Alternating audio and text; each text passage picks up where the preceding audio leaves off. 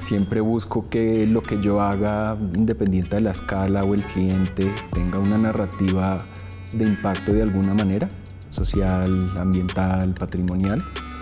Y he encontrado que a través de la arquitectura es un mecanismo con el cual yo he podido poner sobre la mesa ideas sobre temas que me parece que merecen ser revisados como sociedad y que de pronto uno puede empezar a ofrecer pequeños pedacitos de soluciones o alternativas a lo que uno ve que está ocurriendo y que le motiva a afectarle cambio.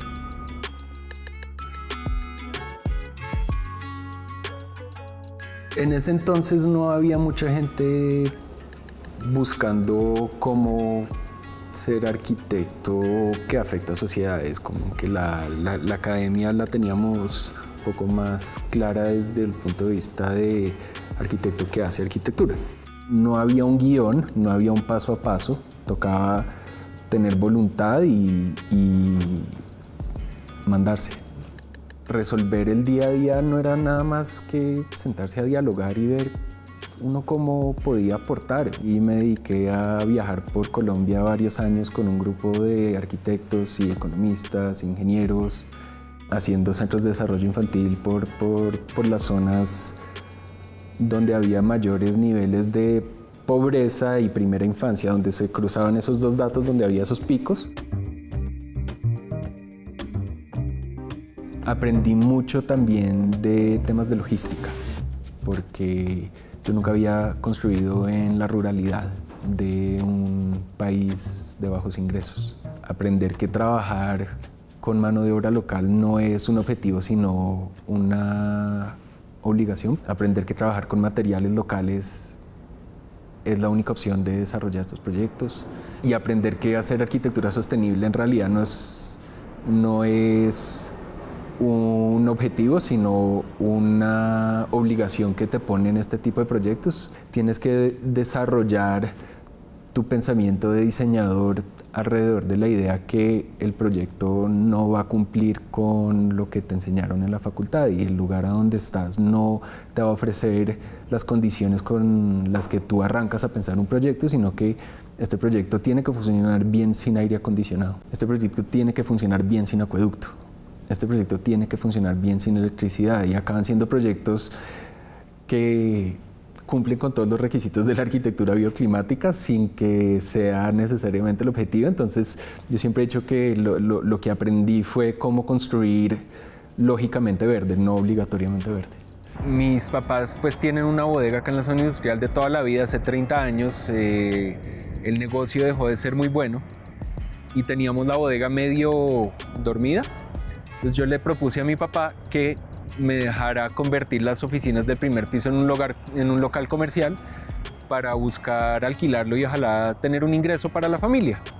Cuando me dijo que sí, yo hice unos planos pues muy inocentes de un estudiante de un año de arquitectura y contratamos un maestro.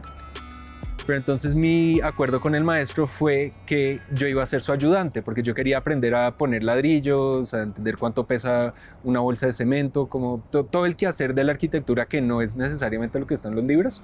Entonces estuve toda la vacación de asistente del maestro y él a cada rato me mandaba a buscar cosas en la ferretería, me decía tráigame tornillos, tráigame lo que sea. Entonces yo tenía mi bicicleta y empecé a andar mucho por la zona industrial y a cogerle mucho cariño a estos edificios, y decía, esto no es normal, estos edificios industriales de este tamaño son bonitos, son viejos. Entro a tercer semestre y me toca la primera clase de ciudad con Camilo.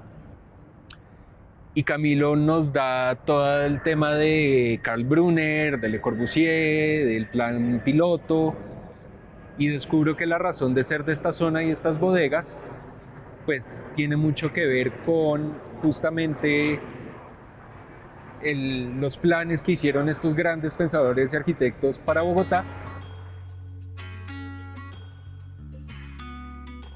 Me emocioné mucho con la idea de volver un proyecto de rescate de la historia urbana un reto personal y una vocación de vida.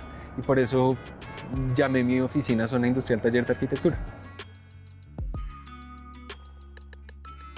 Entonces tenemos un patrimonio construido industrial de un valor increíble desde mi punto de vista, que no se le ha dado la importancia que se merece ni desde lo público ni desde lo privado, y que podría volverse un entorno patrimonial público pues, para la ciudad, pero al no darle esa importancia, lo que acaba ocurriendo son los típicos procesos de especulación y renovación urbana a gran escala.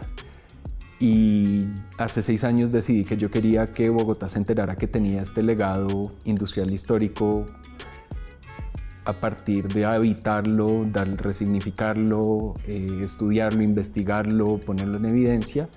Y hoy en día la zona industrial de Bogotá histórica hace parte del POT. Entonces ese es un ejemplo de cómo afectar las sociedades de la arquitectura, creo. A mí me cambió mucho la vida pasar por arquitectura en los Andes.